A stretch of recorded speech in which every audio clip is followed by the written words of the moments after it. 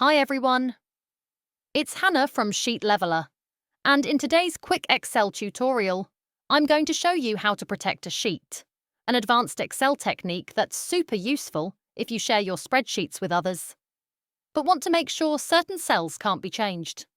If you've already watched my beginner's guide to Excel and intermediate tips and tricks, perfect. You're ready for this one?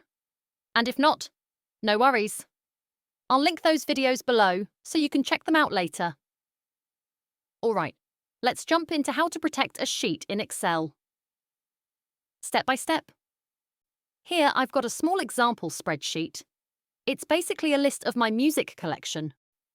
Now let's imagine I want to share this sheet with someone else, maybe a friend or a family member, and I'd like them to update only the value column as the market prices change. But, and this is important, I don't want them accidentally deleting or overwriting the rest of my data. That means we'll lock everything except the value column. Here's where it gets a little tricky. You have to think in reverse. By default, every cell in Excel is locked, but that lock doesn't actually take effect until you protect the sheet. So first, we'll tell Excel which cells we don't want locked. Click and drag to select the range of cells you want to stay editable. In my case, that's the Value column. Go to the Home tab, and in the Font group, click the small diagonal arrow in the corner. That's the Format Cells launcher.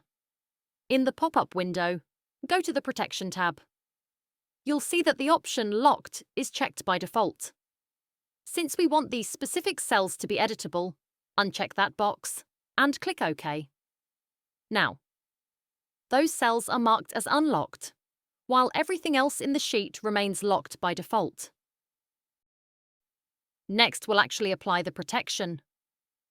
Go to the Review tab on the ribbon. In the Protect group, click Protect Sheet. A new window appears with the option Protect Worksheet and Contents of Locked Cells.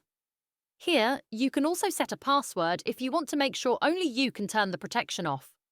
That's completely optional. But if you're sharing this sheet with multiple people, a password can be a good idea. Click OK, and the sheet protection is now active. Step 4.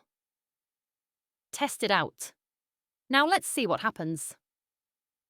If I try to type over something like the artist's name or the release date, Excel won't let me. Those cells are locked and protected. But if I click into the Value column, where we unlocked the cells, I can freely edit those numbers. So if I notice one of my rare CDs has gone up in price, I can just type in the new value, and everything else in the spreadsheet stays safe. And that's it.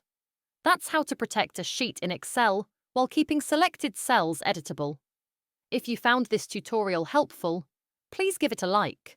And don't forget to subscribe to my channel, Sheet Leveler, for more quick and practical Excel tips. You can also connect with me on Facebook, Twitter, and Pinterest. Links are in the description below. I'm Hannah from Sheet Leveler, and I'll see you in the next video.